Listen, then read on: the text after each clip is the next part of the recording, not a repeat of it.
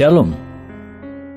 Renungan kali ini berjudul Tanda-tanda persiapan dan waktunya pendek. Bagian 15 oleh Evangelis Lokamanya Prawiro. Allah akan mendirikan kerajaannya di bumi. Namun ia juga mencari orang-orang yang akan berbagi dalam kerajaannya. Ada nas indah dalam kitab suci untuk kita proklamasikan secara reguler. Ekspresi prinsip umat Allah. Karena kasih karunia Allah yang menyelamatkan semua manusia sudah nyata. Ia mendidik kita supaya kita meninggalkan kefasikan dan keinginan-keinginan duniawi, dan supaya kita hidup bijaksana, adil, dan beribadah di dalam dunia sekarang ini dengan menantikan penggenapan pengharapan kita yang penuh bahagia dan penyataan kemuliaan Allah yang maha besar dan juru selamat kita Yesus Kristus yang telah menyerahkan dirinya bagi kita untuk membebaskan kita dari segala kejahatan dan untuk menguduskan bagi dirinya suatu umat kepunyaannya sendiri yang rajin berbuat baik. Titus 2 ayat 11-14. Prioritas pertama Allah adalah kedatangan kerajaannya di bumi dalam pribadi raja pilihannya, Yesus. Prioritas kedua adalah umat khususnya sendiri. Nas ini mendeklarasi bahwa Yesus akan memurnikan umatnya. Namun ada aspek lain pada pemurnian ini yang diungkapkan dalam 1 Yohanes 3 ayat 1-3. Lihatlah betapa besarnya kasih yang dikaruniakan Bapa kepada kita, sehingga kita disebut anak-anak Allah. Karena itu dunia tidak mengenal kita, sebab dunia tidak mengenal Dia. Saudara-saudaraku yang kekasih, sekarang kita adalah anak-anak Allah, tetapi belum nyata apa keadaan kita kelak. Akan tetapi kita tahu bahwa apabila Kristus menyatakan dirinya, kita akan menjadi sama seperti Dia, sebab kita akan melihat Dia dalam keadaannya yang sebenarnya. Setiap orang yang menaruh pengharapan itu kepadanya menyucikan diri sama seperti Dia yang adalah suci. Tolong perhatikan kata-kata Yohanes. Setiap orang yang menaruh pengharapan itu kepadanya menyucikan diri sama seperti Dia yang adalah suci. Kita bisa mengatakan sebanyak mungkin bagaimana kita dengan penuh semangat menunggu kedatangan Tuhan. Namun jika kita tidak memurnikan diri kita untuk persiapan peristiwa besar ini, kita menipu diri kita sendiri. Tanda mereka benar-benar menunggu kedatangan Tuhan adalah mereka menguduskan diri mereka sama seperti Dia yang adalah suci. Allah hanya memiliki satu standar kemurnian, dan itu Yesus. Sangat alamiah ingin kelihatan cantik dan tampan dan memiliki penampilan yang menyenangkan. Tidak ada yang salah atau berdosa dengan itu. Meski demikian, itu eksternal. Ada jenis lain kecantikan, yaitu secara batiniah. Ketika daya tarik eksternal mulai pudar, kecantikan batiniah tidak akan pernah pudar. Ini kemurnian dan kekudusan Allah. Kekudusan Allah adalah kecantikan spiritual sejati. Kita bisa melakukan segalanya untuk menjadi cantik dan tampan. Namun kita harus camkan di pikiran bahwa kecantikan yang real ditentukan di dalam kita. Bersinar dari mata orang-orang yang memilikinya. Mereka tampak berbeda. Mereka bertindak beda. Mereka berbicara beda. Mereka tidak perlu menjadi agamawi. Mereka hanya harus murni.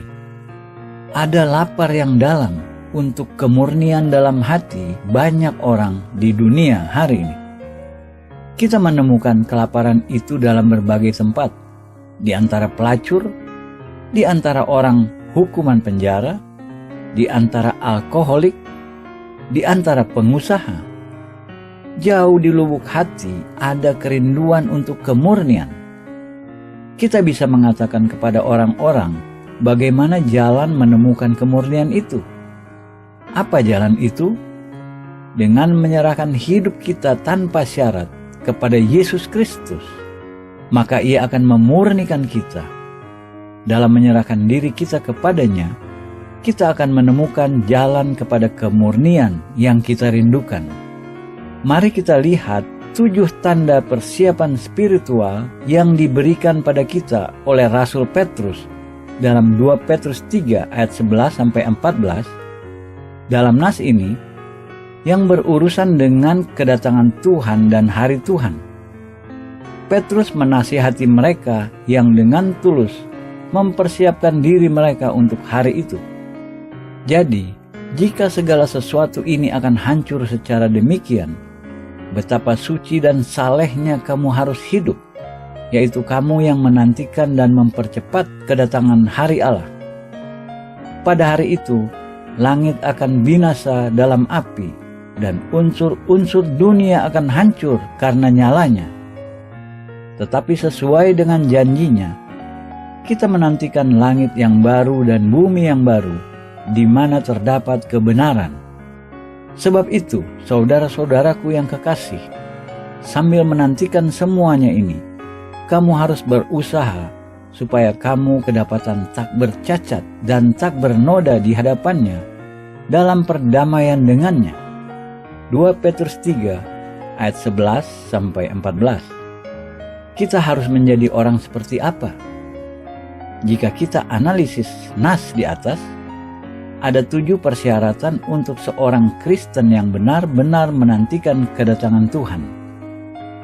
Dalam 2 Petrus 3 ayat 11, kita melihat 2 persyaratan pertama adalah perilaku kudus atau hidup kudus dan saleh.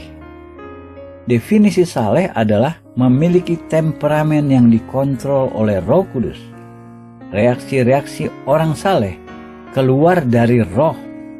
Apa yang benar-benar mengatakan pada dunia di sekitar kita seperti apa kita. Bukan tindakan-tindakan kita, melainkan reaksi-reaksi kita. Tindakan-tindakan kita bisa direncanakan atau dipikir lebih dahulu. Namun reaksi-reaksi kita mengungkapkan jenis orang seperti apa kita karena spontan. Kesalehan bereaksi dengan cara Roh Kudus bereaksi. Ketika orang saleh berjalan ke dalam ruangan, hadirat Allah berjalan masuk dengan mereka. Dalam 2 Petrus 3 ayat 12, kita menemukan 2 persyaratan lain.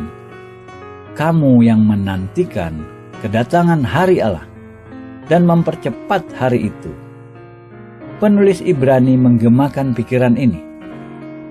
Dan sama seperti manusia ditetapkan untuk mati hanya 1 kali saja, dan sesudah itu dihakimi, demikian pula Kristus hanya 1 kali saja mengorbankan dirinya untuk menanggung dosa banyak orang.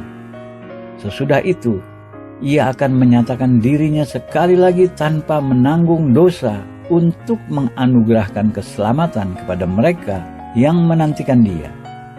Ibrani 9 ayat 27-28. Kepada siapa Yesus akan menyatakan dirinya? Mereka yang menantikan Dia.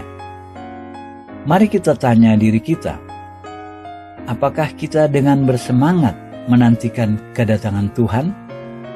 Jika tidak, Tuhan bisa membiarkan kita melalui pengalaman-pengalaman tidak menyenangkan untuk menghentikan kita dari mengasihi dunia ini. Setelah itu kita sampai pada kesimpulan tidak ada yang benar-benar penting dinantikan selain kedatangan Tuhan. Tolong dicatat bahwa ayat ini tidak berkata Yesus datang untuk anggota-anggota gereja. Ia datang untuk orang-orang percaya yang bersemangat menantikan kedatangannya. Petrus berkata, kita harus menantikan dan mempercepat kedatangan hari Allah. Itu pikiran penuh kuasa, bahwa kita bisa mempercepat kedatangan hari Allah. kita tidak perlu duduk dengan pasif dan hanya menunggunya terjadi. Kita bisa mempercepat kedatangannya. Apakah kita ingat cara mempercepat kedatangan hari Tuhan? Dan Injil kerajaan ini akan diberitakan di seluruh dunia menjadi kesaksian bagi semua bangsa. Sesudah itu, barulah tiba kesudahannya. Matius 24 ayat 14. Zaman akhir tidak akan datang sampai Injil Yesus Kristus sudah diberitakan di seluruh dunia kepada seluruh bangsa. Kita memiliki peran vital dalam pekerjaan besar ini. Kita percaya setiap orang Kristen sejati memiliki tanggung jawab untuk partisipasi dalam memberitakan Injil. Kita tidak bisa secara pribadi pergi ke semua bangsa, namun kita bisa terlibat dalam doa, dalam memberi, dan dalam mendukung individual-individual dan organisasi-organisasi yang secara aktif menjalankan pekerjaan ini. Apakah kita bisa berasumsi siapapun yang tidak terlibat dalam pemberitaan Injil Kerajaan kepada semua bangsa memperlambat kedatangan Tuhan? Itu tanggung jawab yang menakutkan. Pikirkan semua tanggung jawab yang tak tertahankan dan penderitaan di dunia hari ini. Kenapa ini terjadi? Karena kerajaan Allah belum didirikan. Dan lebih lama kita harus menunggu, lebih besar jumlah penderitaan manusia. Kita memiliki tanggung jawab untuk mempercepat kedatangan hari Tuhan. Jika kita tidak melakukan ini, kita pada akhirnya bertanggung jawab atas penderitaan yang dihasilkan karena kemalasan kita. Jika kita menyelidiki Alkitab dari awal hingga akhir, tidak ada kata lebih buruk daripada kemalasan. Dalam sebagian besar gereja, kemabukan dilarang. Namun Alkitab lebih lunak terhadap kemabukan daripada kemalasan. Kemalasan adalah kejahatan. Mari jangan pernah mengizinkan kemalasan memperlambat kedatangan kerajaan Allah. Dalam 2 Petrus 3 ayat 14, kita menemukan 3 persyaratan. Sebab itu saudara-saudaraku yang kekasih, sambil menantikan semuanya ini, kita harus berusaha supaya kamu kedapatan tak bercacat dan tak bernoda di hadapannya dalam perdamaian dengannya. Persyaratan final adalah tak bercacat dan tak bernoda di hadapannya dalam perdamaian dengannya. Dalam perdamaian, persyaratan kelima berarti kita tidak memiliki hubungan-hubungan yang retak yang kita harus perbaiki dalam keluarga kita, dalam gereja kita, atau bahkan dengan tetangga-tetangga kita yang belum diselamatkan. Sesuai kemampuan terbaik kita, apakah kita hidup dalam damai dengan mereka di sekitar kita? Paulus menasihati kita untuk berdamai dengan semua orang. Lihat Roma 12 ayat 8. Tentunya ada beberapa situasi di luar kendali kita. Namun Allah berkata sejauh mungkin, jangan biarkan ada hubungan-hubungan yang retak, kemarahan, atau kepahitan yang tidak terselesaikan. Allah peduli kita hidup dalam damai. Dan Ia peduli pada kita dan tetangga-tetangga kita. Hukum kedua yang terpenting adalah kasihilah sesamamu manusia seperti dirimu sendiri. Matius 22 ayat 39. Ini berarti termasuk tetangga-tetangga kita, bukan hanya kata-kata kiasan. Jika kita mempersiapkan kedatangan Tuhan, kita harus mencoba memperbaiki hubungan-hubungan jika kita tidak berdamai dengan mereka di mana kita hidup atau bekerja. Persyaratan keenam adalah tak bercacat. Apa artinya ini? 1 Petrus 1 ayat 9 berkata, dengan darah yang mahal, yaitu darah Kristus yang sama seperti anak domba yang tak bernoda dan tak bercacat. Ini berarti Yesus tanpa dosa pribadi asali dan ia juga tidak pernah berbuat dosa. Kita percaya dosa apapun yang kita buat dan belum diakui dan bertobat darinya adalah cacat dalam hidup kita. Firman Allah berkata, kita harus tak bercacat. Jadi kita harus menyimpan catatan pada Tuhan. Jangan pernah pergi tidur dengan dosa yang belum diakui dalam hidup kita. Belum tentu kita pasti akan bangun. Mungkin malam itu terakhir kita di bumi. Persyaratan ketujuh adalah kita tak bernoda. Kita mengerti ini berarti kita tidak mengabaikan tugas. Apapun tugas kita, sudah kita lakukan. Yakobus menulis, jadi jika seorang tahu bagaimana ia harus berbuat baik, tetapi ia tidak melakukannya, ia berdosa. Yakobus 4 ayat 17. Jika kita tahu perbuatan baik yang kita harus dan bisa lakukan, namun kita tidak melakukannya, itu dosa, sesuatu yang bisa mempersalahkan kita, noda dalam hidup kita.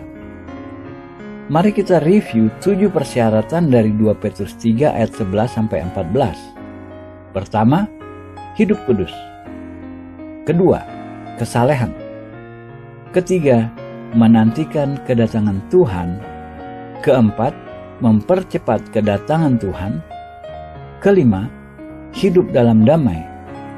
Keenam, tak bercacat. Ketujuh, tak bernoda.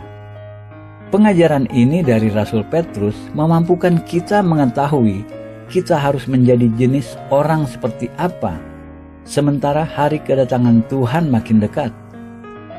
Ini daftar untuk kita sementara kita coba memurnikan diri kita dalam masa-masa penuh bahaya zaman ini. Kita sekarang sampai pada nas penutupan untuk semua orang dari semua umur. Namun khususnya untuk orang muda, berurusan sebagian dengan subjek perkawinan. Luar biasa bahwa Paulus menulis kata-kata ini 20 abad yang lalu, dan namun masih benar hari ini. Saudara-saudara, inilah yang kumaksudkan, yaitu waktu telah singkat. Karena itu, dalam waktu yang masih sisa ini, orang-orang yang beristri harus berlaku seolah-olah mereka tidak beristri. Orang-orang yang menangis seolah-olah tidak menangis. Dan orang-orang yang bergembira seolah-olah tidak bergembira. Dan orang-orang yang membeli seolah-olah tidak memiliki apa yang mereka beli. Pendeknya, orang-orang yang mempergunakan barang-barang duniawi seolah-olah sama sekali tidak mempergunakannya. Sebab dunia seperti yang kita kenal sekarang akan berlalu. 1 Korintus 7 ayat 29-31. Pesan apa yang dibawa nas ini kepada mereka yang tidak kawin? Jangan buru-buru kawin. Kita melihat banyak laki-laki dan perempuan-perempuan muda kawin. Pada dasarnya, kita amati mereka yang terlalu bersemangat untuk kawin cenderung membuat kekacauan dalam perkawinan mereka. Di lain pihak, mereka yang menunggu dengan sabar penetapan Allah memiliki sukses perkawinan. Orang-orang single tidak harus buru-buru kawin. Jika kita bergerak terlalu cepat, mungkin kita sudah membuat perkawinan menjadi berhala. Ketika seseorang membuat perkawinan berhala mereka, bisa mengambil tempat Yesus dalam hidup mereka. Kita tidak mengatakan salah untuk kawin, namun kita tidak bisa lebih menekankan pentingnya menunggu penetapan Allah untuk kawin. Apakah kita menangkap esensi dari apa yang Paulus katakan dalam nas di atas? Ia mengatakan pada kita agar tidak berpegang pada sesuatu yang sementara, seolah-olah sebagai permanen. Kita harus hidup dengan rasa sementara untuk hal apapun, baik material maupun dalam setiap hubungan manusia. Ia lalu melanjutkan dengan mengatakan, "Aku ingin supaya kamu hidup tanpa kekhawatiran." Orang yang tidak beristri memusatkan perhatiannya pada perkara Tuhan, bagaimana Tuhan berkenan kepadanya. Orang-orang yang beristri memusatkan perhatiannya pada perkara duniawi, bagaimana ia dapat menyenangkan istrinya. 1 Korintus 7 ayat 32-33. Tolong jangan salah mengerti intensi Paulus. Ia tidak berbicara menentang perkawinan. Ia memiliki banyak kata-kata bagus mengenai perkawinan. Lalu apa yang ia katakan? Jangan memberi perkawinan tempat yang salah pentingnya dalam pikiran kita.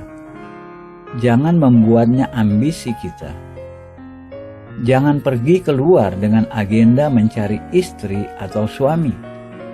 Jika kita membaca kisah-kisah romantik Alkitab, Allah membawa perempuan pilihannya, tidak pernah mencari. Ini selalu hampir kasusnya. Allah membawa pengantin perempuan kepada mempelai. Ia membawa Rebeka kepada Ishak. Ia membawa Rut kepada Boas. Jika kita mempercayai Allah, Ia akan memilih jauh lebih baik untuk kita daripada kita bisa memilih untuk diri kita sendiri. Apakah kita percaya itu? Jangan letakkan perkawinan sebelum Tuhan. Sebaliknya, tunggu Tuhan bekerja. Sebetulnya, jangan letakkan apapun sebelum Tuhan. Itu apa yang Paulus katakan. Jangan berpegang pada apapun dalam dunia ini seolah-olah permanen. Karena tidak, jika kita berpegang pada sesuatu dan diambil dari kita akan menderita secara emosional dan mungkin secara spiritual juga. Untuk pengertian praktis, mari kita lihat lagi Matius 24 ayat 14. Dan Injil Kerajaan ini akan diberitakan di seluruh dunia menjadi kesaksian bagi semua bangsa, sesudah itu barulah tiba kesudahannya.